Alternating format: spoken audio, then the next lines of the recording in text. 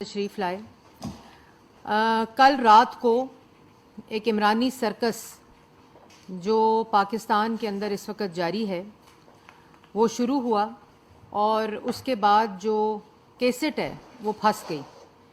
जो तकरीर की कैसेट है, जो तकरीर की लिखाई है, वो पिछले 4 साल से एक ही है।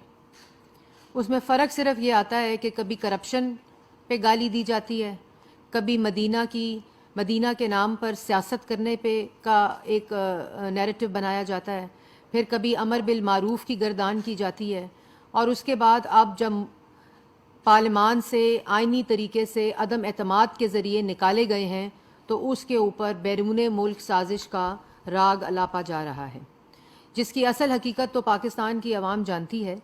लेकिन बात इतनी है कि जो ढिठाई है, जो झूठ है, जो मुनाफकत है, वो ख़त्म ही नहीं हो रही। आपने करप्शन के इल्ज़ामात लगाए, एक धेले की करप्शन साबित नहीं कर सके।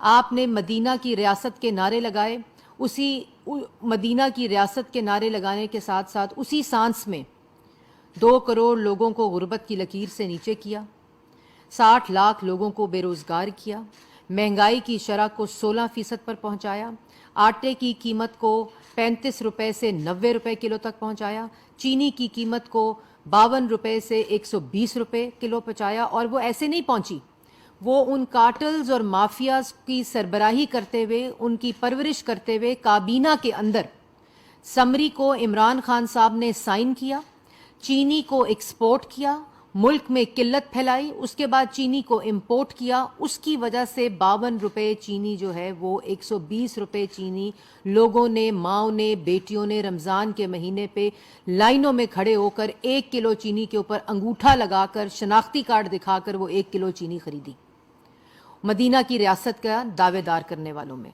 उसी सांस में कश्मीर फिरोशी हुई, कश्मीर को बेचा गया। और आज जो खुददारी और खुद मुख्तारी के नारे लगा रहे हैं, ये वही लोग हैं जिन्होंने कश्मीर का सौदा किया था।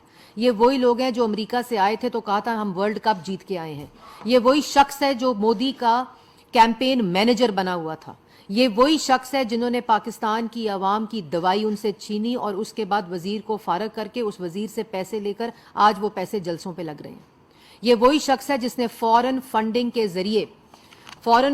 जरिए 73 लाख डॉलर की मनी लॉन्ड्रिंग की।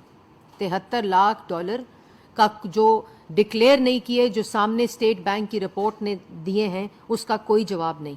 उसके बाद जो गैर कानूनी, जो अभी डिक्लेयर भी नहीं, जो 11 अकाउंट्स हैं, जो अकाउंट्स इन्होंने कहा कि ये मेरे पार्टी के ओहदेदारान हैं, जिसमें से एक इस वक्त सदर पाकिस्तान है, एक स्पीकर रहे हैं, उसके बाद एक लंबी फहरिस्त है, गवर्नर रहे हैं सिंध के, अभी भी शायद गवर्नर हैं वो सिंध के, और वो तमाम 11 लोग जो हैं वो इनके ओहदेदारान हैं। और उनके नाम लिख कर कहा है कि ये लोग करते रहे होंगे मनी लॉन्ड्रिंग, ये लोग करते रहे होंगे फंड्स का खुर्द-बुर्द, जिसमें से 2.5 करोड़ रुपया इमरान खान साहब के दफ्तर ने कैश वसूल किया, जिसको कुछ डिक्लेयर नहीं किया।